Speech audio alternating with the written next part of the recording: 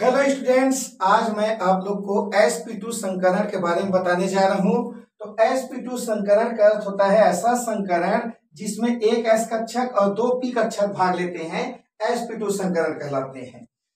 sp2 संकरण का उदाहरण होता है Bf3, जिसमें Be बोरान, जिसका एटॉमिक नंबर 5 होता है, केंद्रीय परमाणु होता है, जिसका इलेक्ट्रॉनिक विन्यास electronic configuration 1s2 2s2 2p1 होता है।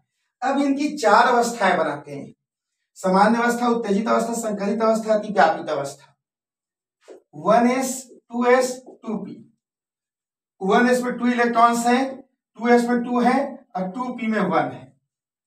अब उत्तेजित अवस्था में ये जो 2s का जो इलेक्ट्रॉन है, जो नीचे की ओर शो किया गया है, ये उत्तेजित होकर के p में चला जाएगा और इसकी अवस्था इस प्रकार से बन जाएगी।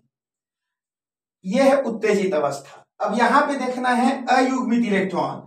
अयुग्मित इलेक्ट्रॉन इसमें 3 है, ये तीनों को एक साथ लिखते हैं इस प्रकार से। तो इस स्ट्रक्चर में, इस अवस्था में एक s और दो p कक्षक भाग लिए हैं, इसलिए इसको sp2 संकरण कहा जाता है। अतिव्यापित अवस्था में यहां पर 3 अयुग्मित इलेक्ट्रॉन है, तो 3 अन्य परमाणु के इलेक्ट्रॉन अर्थात f का जो 3 इलेक्ट्रॉन है, इनके साथ में बॉन्ड बनाते हैं और इस प्रकार से Bf3 का निर्माण होता है। इसकी आकृति होती है त्रिकोणीय। sp2 संकरण की संरचना, इसकी संरचना होती है, बीच में बोरान होता है और इनके तीनों ओर इस प्रकार से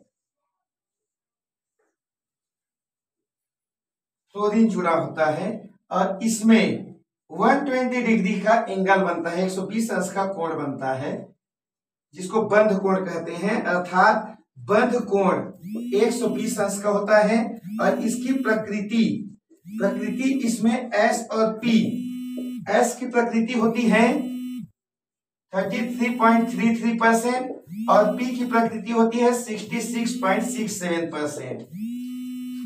तो sp2 संकरण में इसका उदाहरण Bf3 होता है, केंद्रीय परमाणु बोरान होता है और इसमें बंध कोण का मान 120 अंश होता है और इसमें प्रकृति s 33.33% और p की प्रकृति होती है 66.66%।